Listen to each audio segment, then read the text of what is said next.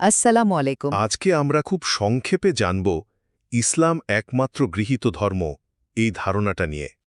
দেখুন, এই আলোচনাটা কিন্তু একটা নির্দিষ্ট ইসলামিক দৃষ্টিকোণ তুলে ধরছে।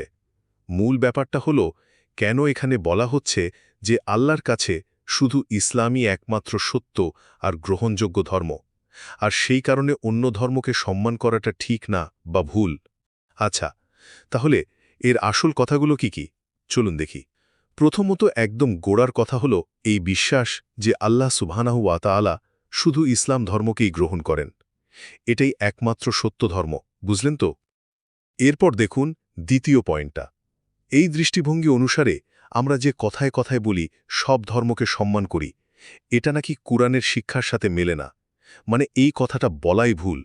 আর সবশেষে এর থেকে যেটা আসছে সেটা হলো বাবা মা বা মিডিয়া যেই হক না কেন, শিশুদের যদি সকল ধর্মকে সম্মান করার শিক্ষা দেওয়া হয়, সেটাকে পথ ভুলানো বা পথভ্রষ্টতা হিসেবে দেখা হচ্ছে।